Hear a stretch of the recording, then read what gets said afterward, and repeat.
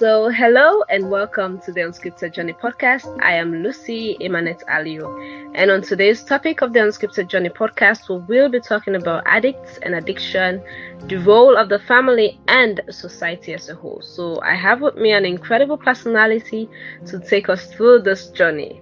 So, hello and welcome. Please introduce yourself. Yes, hello, I'm Bockarie Foh, and I'm so excited to be a part of this podcast today. I'm a pastor, I'm an entrepreneur, a counselor. I work with, addicts, people who have, addiction problems, and I try to see how best we can help them to be, reintegrated into society. Yeah, so I think that's all for now, for the introduction. Funnily, I didn't even know that you work with addicts. I didn't know that you're a counselor and all of those things. Yeah, I am actually. I am for a while now. Okay, that's nice to know. So tell us about who you are, who you've been, and how you've come to where you are today. Well, to start with, I am a pastor, an ordained one. I currently serve at the Word of Grace Outreach Ministry as one of the associate pastors, and I also run a campus ministry where we basically go to campuses. For now, primarily Fabe College, and we tend to share God's Word to young people, and that is because of my background, in college. I got involved with a lot of things, including the topic at hand, drugs. And being a victim and having come out of it by the grace of God, I feel very much that the Lord is calling me to be a testimony, of what He can do, with such people, whether you are a drug addict or just somebody who does not have a relationship with God. So we've been doing that for a while now. And it was actually on my journey as a campus minister that I, realized that it's going to be more than just, discipling, teaching. I also saw that drug addiction was a problem, was an issue, especially on our campuses. And I began to really look into the whole issue, speak with professionals and try to see how best I can, get some of the skills that are needed to operate in that space. And I think it's been a journey. I'm still on it, and it hasn't been easy, but we're moving. So if you were to ask who I am, that is basically who I am presently. I'm also an entrepreneur, trying to see how best we can do business and do the Lord's work, right? Yeah.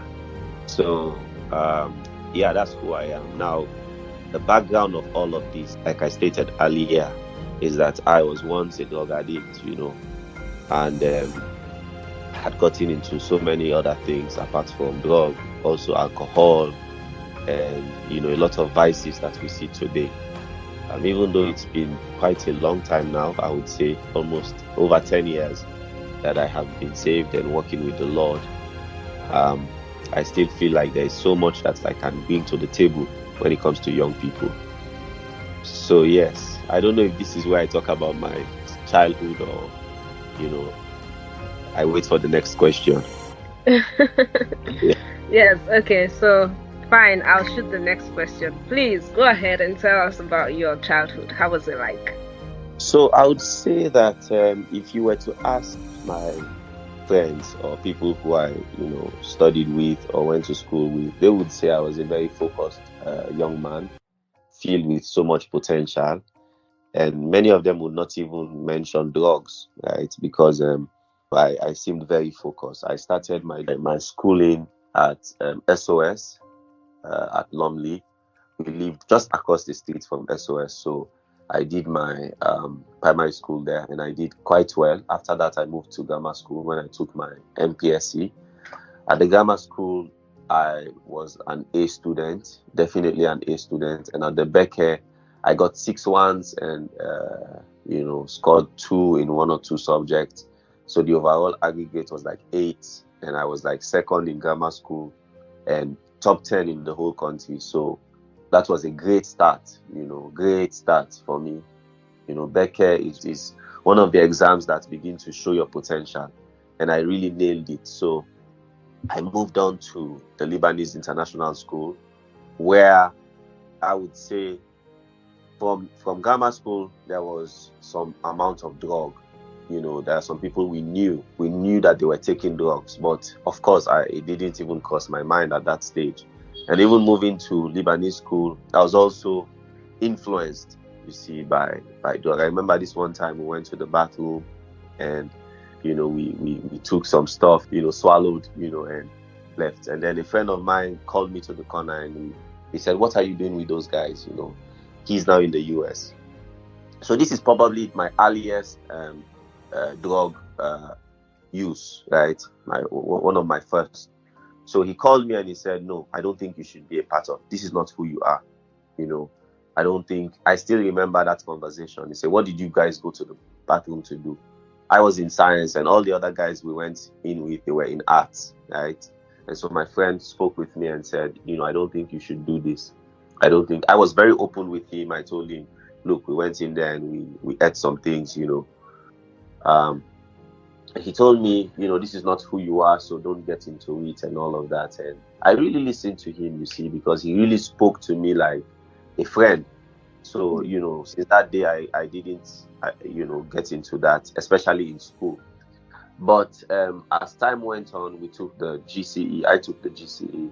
I got my subjects to one sitting. I got probably the best result to go to Fabi College that year.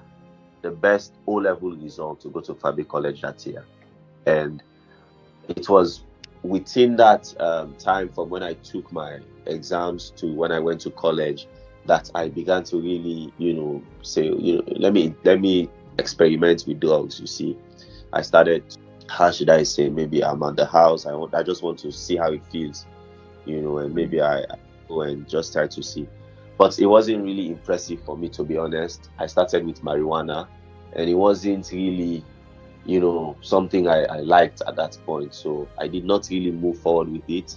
However, I think I started drinking, at that point and all of that.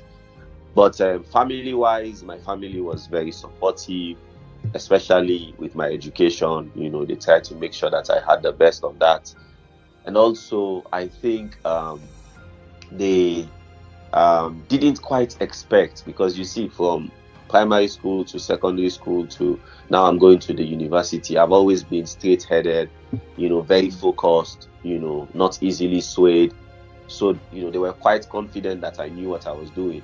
When in essence, truthfully, I was about to be exposed to something really, really different. So I guess after my exams, I now went to the university, and that was when it really started, the whole drug addiction and the whole episode of the different BM before this new Pastor BM, you see. A lot of people now, after that new phase, began to really see a different personality altogether. And I think that would be for another question. So this will just answer your question for the background, right? Yes. Oh, I guess that's normally the projection. Normally when a child is growing up well, he or she is doing well in the academic, it's normal for the family to presume that, oh, this person is doing well. He knows what he's doing, kind of thing. So they don't really assume or even begin to imagine that you'd be doing. How did they feel when they actually? Okay, so the question is, when did they know, and how did they feel? Okay, so here's the thing. They found out really late, because had they Oh. found out earlier, there would be some, when it comes to drugs, early intervention is very, very important. But Mhm. because they assumed that I knew what I was doing, right? They didn't really scrutinize me, you see. So there was that period of my life where, okay, he's now in the university. Look, he's done well. He's really, really paid attention in school. Maybe he should just have a little fun, right? Yeah. And let's just give him that space to do his thing. I think that was the mistake. well, not really a mistake, but I feel like families should understand seasons, that somebody is moving now from school to college. It's a big jump. And I think a lot of, I wouldn't say monitoring because the person is probably an adult at that point, but counseling, telling them about the ills, of university, what they could get into, how things could go wrong, and also positioning themselves as somebody they can come to when they are faced with such challenges. Because you see, once you've opened a conversation, then when somebody begins to feel like that conversation is becoming relevant, so basically their experiences are now lining up with a conversation you had, they will come back to you to discuss more. I hope you understand what I just said. So let me give an example. If somebody is going to the university and you put them down and you say, look, there's a lot of drug use, there is sexual immorality, and there's alcoholism. And I think if you take that route, it will lead you to a different place from where you want to go. So that's kind of counseling, not assuming that the person already knows some of these things, right? Yes, actually telling them. Now, when they go and they face such things, they remember, my uncle or my auntie or my elder brother or somebody told me about this, and I think I'm facing problems now. They run back to the family and say, look, mom, that thing we spoke about, I think, or that thing we spoke about, I think there's a high chance that I am getting involved in it. So I think the communication was not there. And so when I got into it, it was, people say drug is bad, but when you start, you don't feel bad. You feel really good. So yeah, you feel really, really good. And that's the thing. We tell people drug is bad, left arm is bad, not touch arm is bad. But the problem is when people, encounter drug for the first time, it's called the experimental stage. They don't see it as bad. In fact, they begin to think you were lying to them. Okay? They begin to think, is this what my parents said is bad? It's so nice. They don't know what they are talking about. You understand? So I think part of the education should be letting them know exactly how drug feels. It's like sexual immorality as well. In the church, we just say it's bad. Sexual immorality is bad. We should tell our kids, our boys and our girls, that when the opposite sex you are attracted to touches you a certain way, you feel good. But that does not mean it is good. You understand? So when it happens and they feel good about it, they say, oh, my mom said, or my dad said, or the pastor said it would feel good. And really it feels good.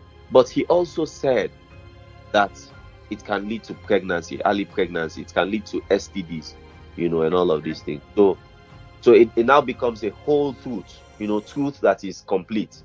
But then I think sometimes we miss it when it comes to counseling. So back to my story, I started, with alcohol, heavy drinking, and it quickly escalated to marijuana, which what we call jamba. And it was not only jamba, it used to be mixed with some other things, you see. At that time, Kush had not come, but we used to mix it with anything we can find, whether it's residue from, the thing they used to make cocaine from, different things. We just put it in and then we smoke.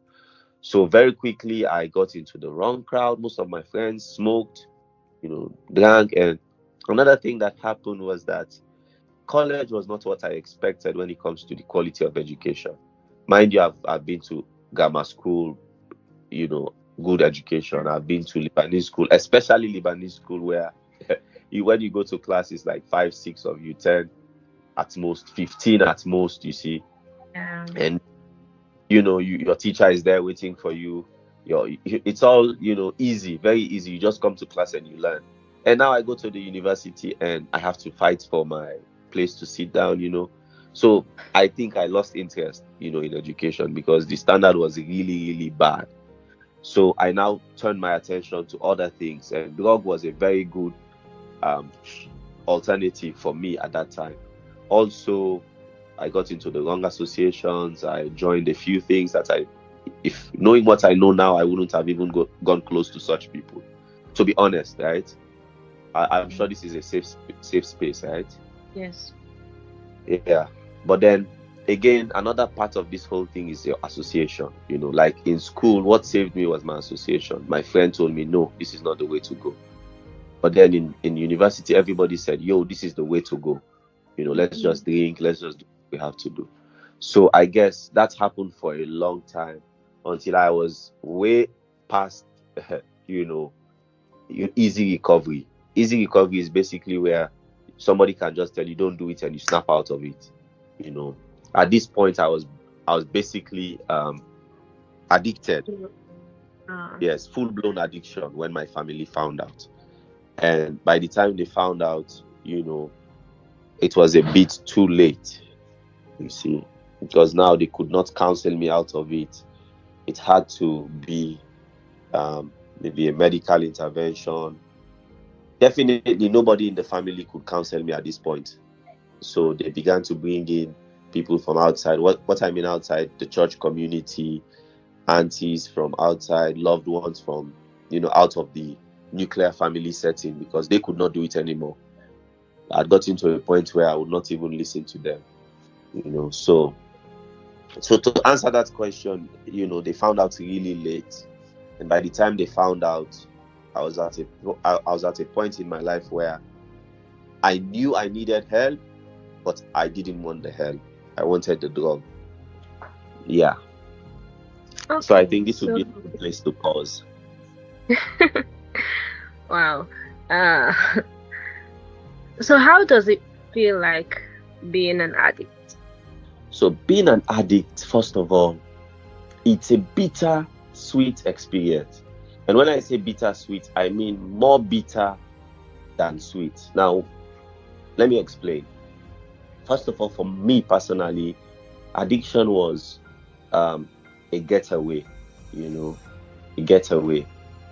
Just it started with fun, and then it became a prison, and then you are disappointed. Not only people around you, your loved ones are disappointed. You yourself, you are disappointed in yourself for being an addict.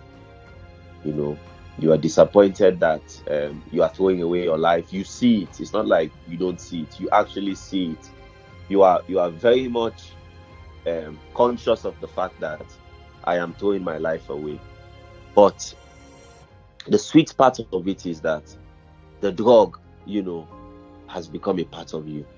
And so whenever you take the drug, you feel like all of the consequences don't matter, when in reality, they very much do.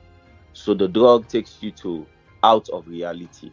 It takes you out of reality, and you forget that, in real life, you are ruining your life. You are basically throwing your life away. So when I say bittersweet, I mean more of bitter.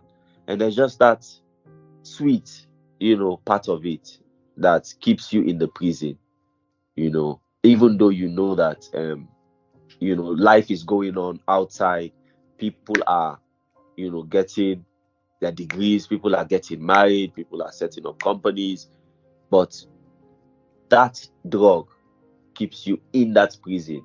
And nobody is really standing at the door, right? It's not like people are forcing you to take the drug.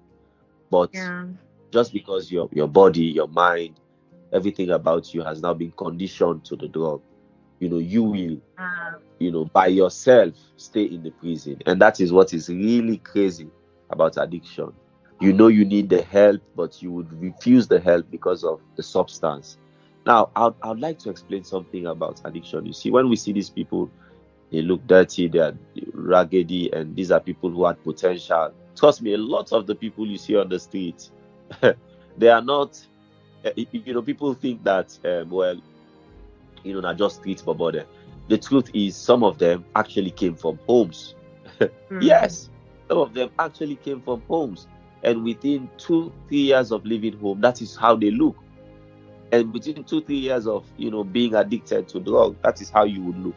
So, again, what I was saying is that it's so pathetic, to say the least, a helpless situation to know that I have all these dreams, but I cannot achieve them because I am an addict. So an addict gets to a point where he says, you know what, let me just accept it. It's the drug over everything. And when they get to that point, it's very difficult to take them out of it. I guess that's the Yeah, last so stage to self-destruction, right? yeah, that's the last stage. That's the last stage. Some even begin to get suicidal thoughts. Hmm. Yeah, yeah, Wow. yeah. It's really deep. It is. It's mentioning that, most of them come from homes, and you begin to wonder, where did they get it wrong? Like, what really happened? You That's a know. very good question. It's a very, very good question. Now, I think where we miss it is with supervision and counseling. Okay. In our African setting, we we only intervene when something is wrong. Now, let me explain. You will not have the average African will not call their kids together and say, if you steal out of the house, like if you go out of the house and steal and somebody catches you, they will beat you. So even in the house, do not steal because of this, even though the kids have never stolen. So we only intervene after the kid has stolen. That's when we come in to beat them. Now with drug, we do the same. We don't call our kids together when everything is okay, when they are doing well, and we put them down and say, look, there is a problem going on. It's drug addiction. This is what it is, and a lot of people are getting involved in it. Like I said, with the education, tell them drug really tastes well. But then if you continue, it's going to lead to this and that and that. If possible, take them around, show them the problems with drugs, what it is causing in the society. What that does is you have equipped that child to be able to see the truth even before the problem comes. And so they are more equipped to deal with the situation. Now, what we do is we wait until we see a sign that they have gotten into drugs, and then we go into action. In most cases, they are able to hide it until they can no longer hide it. Now, the problem with that is by the time they can no longer hide it, they are already addicted. Yeah. It's not usually the first time they take it that you know that they have taken it. Usually the first time they go to a friend, they take it, they wait until it is the effect is worn off, and then they come back home. And then they continue that cycle until they are now addicted to a point where they have to take it in the house. That is when you'll find out. You'll only find out when they are addicted, okay? Which by that time is too late. So I think counseling, our families, the family should really go into counseling. Do not assume that my child will never take drugs. You understand it? This boy and a good bobo, astagfirullah. They go Not the take drugs. padandi. Not the panandi. This bobo not the Enough panandi. grace. Not craze. For more abonam, he know what I don't do, I don't struggle. No, that's not how drug works.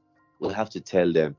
We have to pour out our hearts, let them see how it will affect us, how it will affect the family if they ever get into that. And also open a channel of conversation around that, so that if they by any means get into it, they know that I can go back to my father and he can, or my mother, and we can settle this. I can find a way out of this with my parents. But then we don't do that. Usually, forget about drugs. It's a culture.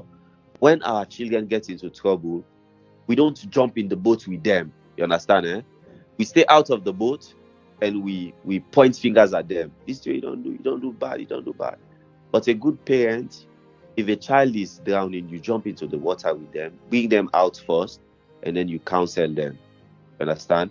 Now, if the child knows, for example, a child goes to steal, right? And then the first thing they come with him, and the first thing we do is to beat the child. I don't think that's the right approach. You may want to feel what he's feeling. Why did he steal? You understand? Is it that there's no food in the house? Is it that I don't provide more for you? Right? The minute you begin to ask such questions, basically what you are doing is you are jumping in the boat with them. They begin to feel safe. Now, after you've spoken to them and you've seen that, okay, this is just thief because now bad bit one can't, then you can now discipline. But then if you realize, I have not been really giving him enough, right? Then even as you discipline them, you also try to provide for them a little bit more. When you do that, it's like we are in this together. Now, no matter what happens in this world, even if they kill a man, they will run back to you. You understand? Yeah. Because they know that dad or mom is not only going to beat me, but we're going to find a solution out of it. You understand? Can you believe that some parents will even treat the kids so bad when they do wrong so that they can look good? Understand, eh? So that it can look like me. As for me, not to me encourage and pardon you. So if you don't do what you don't do, so let go. Yeah, exactly. So I think it's wrong. It's more complex than this, but we just defend some small answers then for answer some of them questions there. It is. And you know, the whole issue of parenting, it's a whole lot. It is. It's really a whole lot. You know, and sometimes you're like, but I mean, just it's difficult for some parents. Just as you said, for me, my mom always says, when you're punishing a child, punish them. So you push pikin with one hand and then you do one back with the other hand. So punish her small and do one back small. You know those things. Yeah. So it's a whole lot. I cannot imagine what parents whose children. I mean, how? Yeah. Let me not even begin to imagine. How was it like for your parents? Them knowing that you were an addict at that point. How was it like? How did they feel like? Well, how did they manage the whole situation?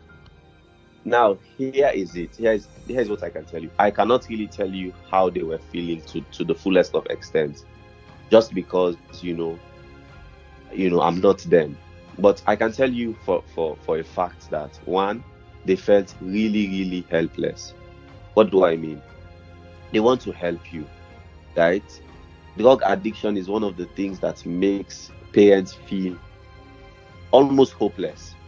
The reason is because you want to help somebody who does not want to be helped. And that is exactly what drug does. It gives a person a serious problem and does not give them the motivation to seek help just because they are addicted to the drug. So it's almost as if somebody is running to the cliff and they're about to jump off the cliff, and that person is your child, right? And every time you draw them away from that cliff, the minute they fight with you and you are a bit tired and you let your guards down, they run back to the cliff, right? Yeah. So it's almost like a helpless situation. I have never seen a situation that causes parents to be as hopeless as drug addiction. Not even sicknesses like cancer, or because you see, when it comes to sicknesses like that, at least you know you are fighting against the sickness. You understand, eh? You and your child are together fighting against an intruder, intruding his body. But when it comes to drug, it's almost as if the child gangs up with the intruder to destroy himself.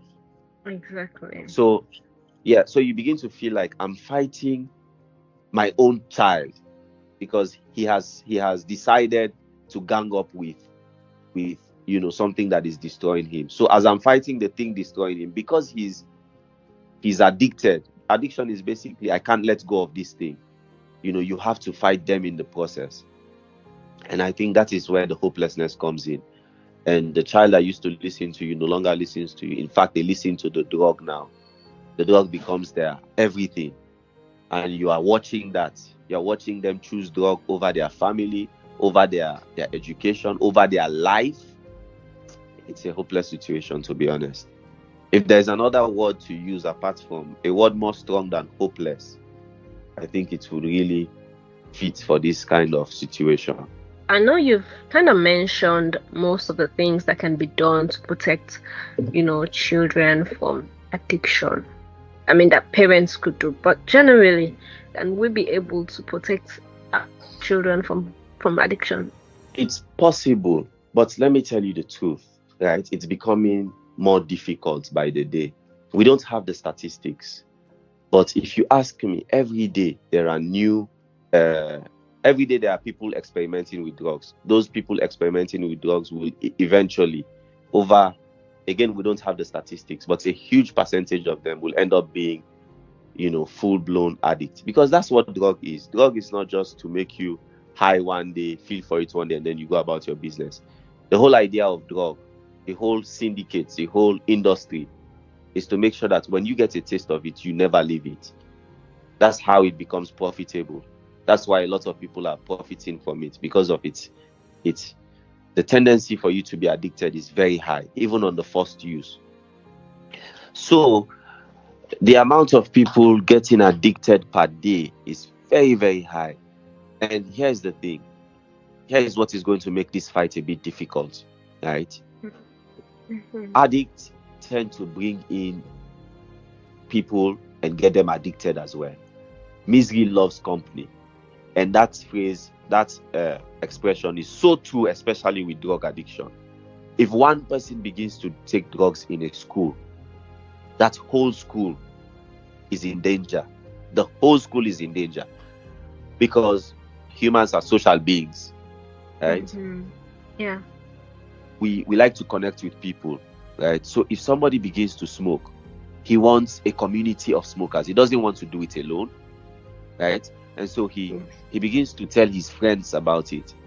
And usually, yes, the friends will also, because of I want to like this blend in, or I want to feel what my friend is feeling because I want to connect with him, he also starts.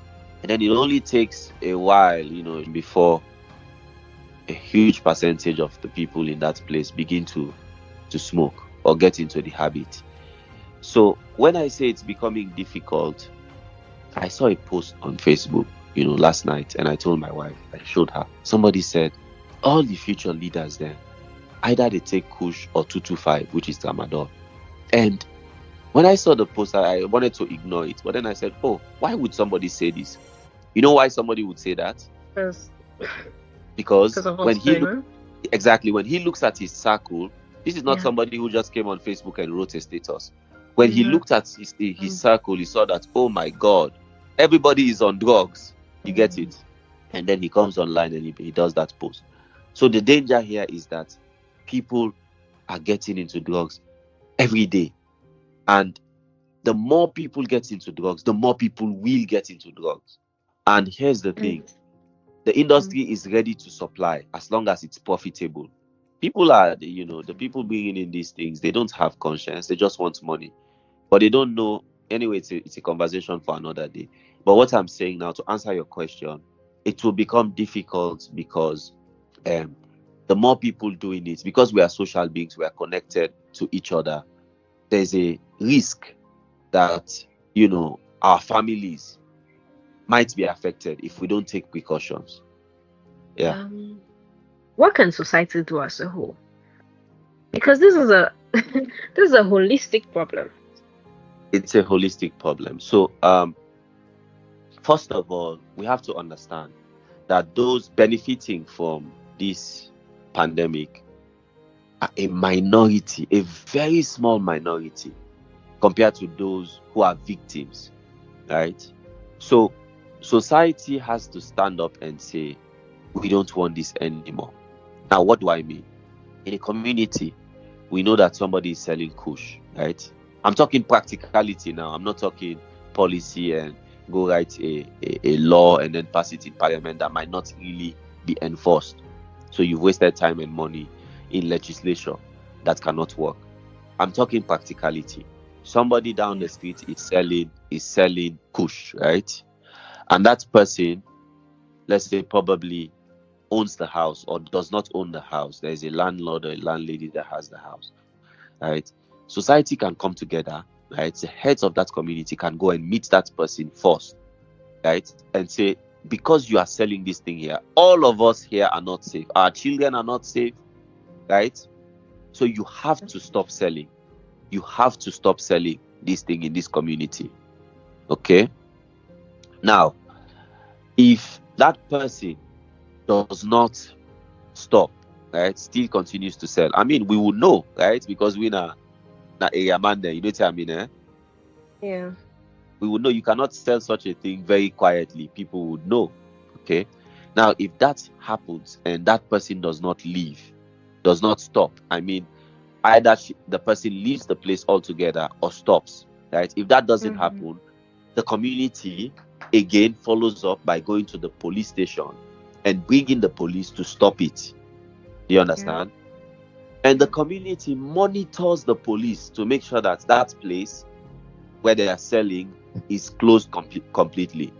Now, if the police fails to do it because maybe they are compromised by one way or the other, the community now raises alarm, on social media that we have called the police to stop this trade, but it is still going on. This is not a thing where you go in and then you beat the person, you harm the person, because this country is a civilized country. It's a country where the rule of law is supreme, right? Yeah. So we don't go into people's house and we seize the Kush, even even if it's illegal, but you go seize an person hand. In fact, it cause more problem, because sometimes the person when they go seize an, itself will go sell her. So the community must compel the law to act and put immense pressure on the law and those who are profiting from this thing. So I think if the community does that, we will see a big difference. In the context of Sierra Leone, what do you think can be done or needs? Because I see that people have been doing some. See, when you go on social media, for instance, recently I saw that the names of individuals who are actually allegedly behind the whole Kush thing has been out on social media. So I feel like, okay, maybe people have been really taking strides in the fight against Kush as a whole. So what do you think? There are so many people who actually know where they're actually selling Kush in their communities. But I guess sometimes it's like, made entire day, or the police come and most often they're compromised. And sometimes it feels like nothing is actually going to happen. Even when they call names on social media, we don't know if they're being investigated. It's like the fight in itself is becoming even a useless venture. Okay, so let me come back to what I just said, right? Remember I said it has to be, first of all, one, coordinated, and then two, we have to follow it up. Now, those names they are calling on social media, I've seen some of them. Basically, the person does not have enough evidence, but what they are doing is basically like what we're talking about. The community has seen that these people are drug traffickers. Now, the reason why it has to be done on a community level, because at the end of the day, all the drug that is being, produced or whatever has to come down to the community, the end user. Are you with me? Yes. So if we stop the flow from the community level, then the production from the top is useless. Now, when I say that we highlight those who sell in our community, and then we follow it up with legal action, as in the police coming in and stopping them. And if the police does not stop them, here is the last point I'll make. We do follow-up actions. What do I mean follow-up actions? We continue to call the police. We continue to call the police on them. The community elders continue to rally around. There are more things we can do. Legally, we cannot enter into their place and burn, but legally, we can stop the addicts from going there. We can actually, set up a community team that can stop them from going to buy. Basically, whether it's by taking their photos or taking videos of such. If somebody go by, they take the videos and then present it to the authorities as well. But what I'm saying is putting so much pressure that the Kush dealer does not feel wanted in the society, in the community. Now, when that happens, that person will have to choose between two things. So basically, in the olden days, maybe before all of this technology came, and this is how our forefathers used to deal with problems. If you are not needed in the society, you are ostracized. So you either conform to what the community wants, or you leave the community, right? So I think it has to be like that for now, until stronger measures are implemented by the government. But we have to look out for our own communities. We have to call the police. We have to be on the neck of the police. You understand? I mean, now it's easy. If I call the police to close down an operation, right? And the operation is still ongoing, I can take a video and post it on social media. And directly, everybody can know who is responsible for the continuation of this process. So I'm not saying it's easy. Now, let me end with this to answer your. And I'm not saying there is a right way to go about it, but at least there are some things we can do, right, to make sure that our communities are protected. And we can force the law to work. The police, then, they pay them. It's our tax what we pay for GST and all these small tax we pay and all of that. That is what the government uses to pay civil servants, including the police. So basically, we pay them, so we can put immense pressure on them to get rid of some of these things. That is my take, of course, and I am not a legislator. I'm not a how should I say it, an expert, but just looking at things, I think that could be my own. And of course, this is a discussion. Other people can come on board and say, well, let's modify what you have said. And it's going to be constant discussions, for us to get the real solution. I don't know if it makes sense. It does. It Yeah. does. This is huge. So, Yeah. as a counselor, as someone who's been there before, as we wrap up, what can you? I don't want to say your last words, but what advice would you give to individuals out there, to families, and to society as a whole? Okay, so because this is something I'm so passionate about, I can't even believe that we've gone over. This is like an hour, or is it 2 hours now? No, not yet, but almost an hour. An hour, okay. But this is something I'm passionate about, so I'm not even looking at the time. Now, I think if you ask me, it has to start from the top. Even though what I said about the community level is probably plan B, right? We can only do that if there's failure to act at the top. And I'll start with that. The government, I see they started an anti-drug agency, and I applaud them. I really applaud them for that. And I saw the guy in charge has been going to communities and trying to do some drug education. And again, I applaud the government. But personally, I think that a lot more needs to be done. Now, the reason for that is because the government has made a lot of investment in education. So much investment in education. Now, if we don't make that at that level kind of investment in combating this drug addiction, we are going to lose the investment we have made in the education. Reason being that all these people we are trying to educate are at the risk of becoming drug addicts, which clearly will waste the investment, right? Because a drug addict cannot, even if they are educated, they can do nothing with that education. So I think the government should look at it this way and say that, okay, let's invest at the same level, right? I think the budget for the education was so large. It's the biggest in a long time. We have to put about that same kind of budget, to fight against this Kush. Now, how can that budget be used? One, in drug education, we have to send counselors. We have to, first of all, train counselors. We have to train teachers that would act as counselors in their schools. And we have to put money to make sure that happens. We have to give them some small stipend. We have to also look for private individuals. I know quite a few who have really tried with the fight against drug. We have to empower them. They really have a heart. With no finances, they've been doing it. So what will happen if we empower such people? First of all, let's talk on the education part. We need to do mass education on the media. We need to really spend a lot of money and let it reverberate throughout the country that Kush or drug, not only just Kush, if you look at Tramadol, it's on the same level, destroying the youth. Crazy. So we need to really do an education campaign, maybe for like 3, 4, 5 years campaign on drug education. What that will do is it will ring a very big bell, an alarm that the government is really doing its best to fight against the drug problem. Now, the second thing is legislation, the rules at parliament level. Write some really, really tough rules for people who would get into drug, right? And then enforce them. I think I followed up on a team that goes to find those Kush dealers. And I might be wrong and I don't have all but I think they only had one Jeep that was donated to them. Personally, I feel like the whole police force, the military, should come together to really enforce these laws that you cannot deal in Kush. You cannot. And remember when there was COVID and Ebola, there was a hotline, right?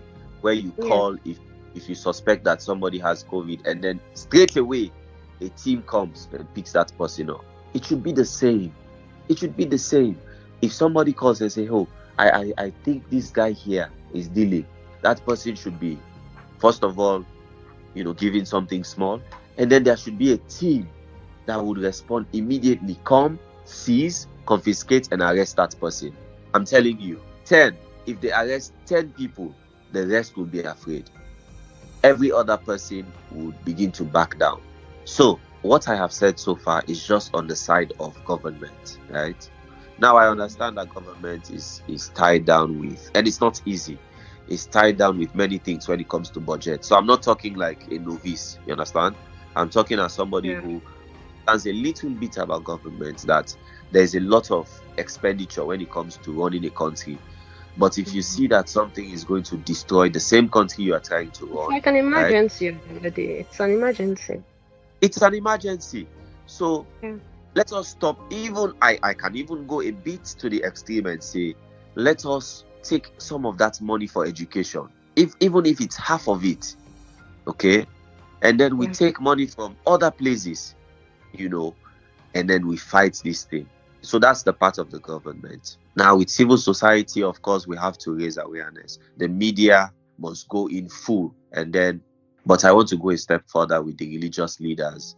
The religious leaders, pastors, imams, should really step up as well and really educate their congregations. In fact, that is one of the most cost-effective ways, because the truth is, in Sierra Leone, almost everybody goes to mosque on Friday or church on Sunday, right? Almost everybody.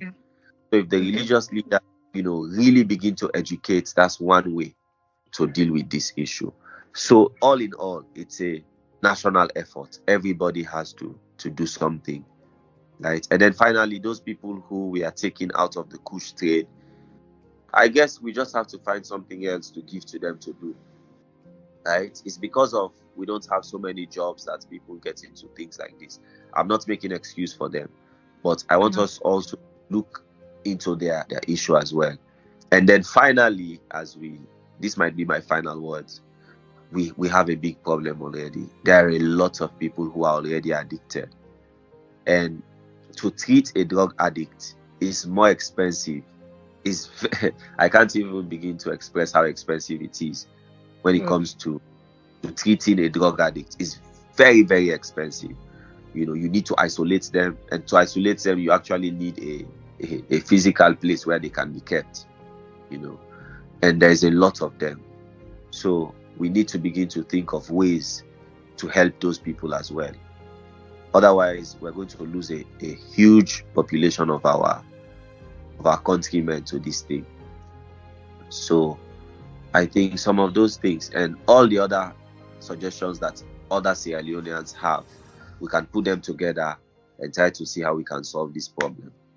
So I know that I said that this was going to be the last, but here is the very last. Okay. So what have you been doing in your corner about all of this? What have you done? That's a very good question. Now, to start with, I feel like I haven't done enough. All what I'm going to tell you that I've done, I still feel like I haven't done enough. Okay? So this is not a case of, some of us have been trying and the rest of you have not been trying, No, nothing like that. But in my own small corner, I think it was last year, I put together a seminar for church leaders. And the idea was that, like I told you, if the church is, and I'm a pastor, so I felt like my community would hear me more. So I put together a seminar where we brought together some pastors, and we brought in a drug educator, somebody who works in the field. In fact, he's not even a Christian, he's a Muslim. But I saw that the church needed to learn what this drug is. How does it operate? What are the kinds of drugs? And when he came, he educated everyone. We even found out that some of the drugs we take as medicine, they are drugs. And do you know that even a pastor that was there admitted that, I may be addicted to one of these drugs, one of these medicines. And she said, when I go back, I'm not going to be taking it anymore. So that really was an eye-opener to the Christian community. Now, I would really have loved if more pastors had come on board. But there's a thing in the Christian community where, a senior minister will not come to listen to a junior minister. Oh. Yeah, they will not. So, another young boy where they make, you can't quantity, but waiting how for the pray. We don't lead person to Christ, you don't done. Let it go snap, we say we'll go sit down there and for so there's all this way we think that does not really help us. So, but by the grace of God, some young Christian groups came on board. 1 or 2 pastors came on board, and we had that meeting. And I think that would be one of the biggest things I've done in contribution to this fight. Another thing I did, by the grace of God, is I've been living with my friend Sahid. Oh, Sahid is an amazing guy. He's a Muslim, but he's a guy I love so much, And we've been working together for a while. We've been looking into communities that are drug addicted, where drug addiction is very high. We've gone to some of these communities, engaged with the community leaders, and in one of those visits, we went with a relative of mine who has a heart for this work as well. And after seeing what he saw that day, he went back and he just sat down and could not really engage anymore, because it's almost as if the situation is almost getting to I don't want to say the situation bad. So I've worked with Mr. Sahid. We also went to the beach some time ago to do some donations to the street boys who are addicted to Kush, talk to them, try to get them out. But at the end of the day, we don't have the resources to really help them all the way. So what I do personally, I believe that Jesus can set them free. So I preach the gospel, pray for them, and trust that God will work in their hearts. So you see why I told you that I haven't done enough, because just by listing some of the things I have done, in my heart I know that there is so much more that could be done, so much more that I should do that I haven't done. Yeah. And finally, we didn't talk about how you were able to get off the addiction. We didn't really talk about, and I know if we keep talking. Yeah. So just briefly, tell us before we... Yeah. So mine was a case of God's intervention, right? Mine was strictly a case of God's intervention. In fact, I never went to a rehab. I never really saw a counselor. I just went to church and I had the gospel. And I knew in my heart that I wanted a change of life. And the pastor presented Jesus, and that he said that Jesus is the way, the truth, and the life, right? And I wanted that life. And so I went out, I gave my life to Jesus.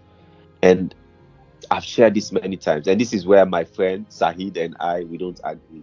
Because Sahid feels like I give an easy way that does not work all the time.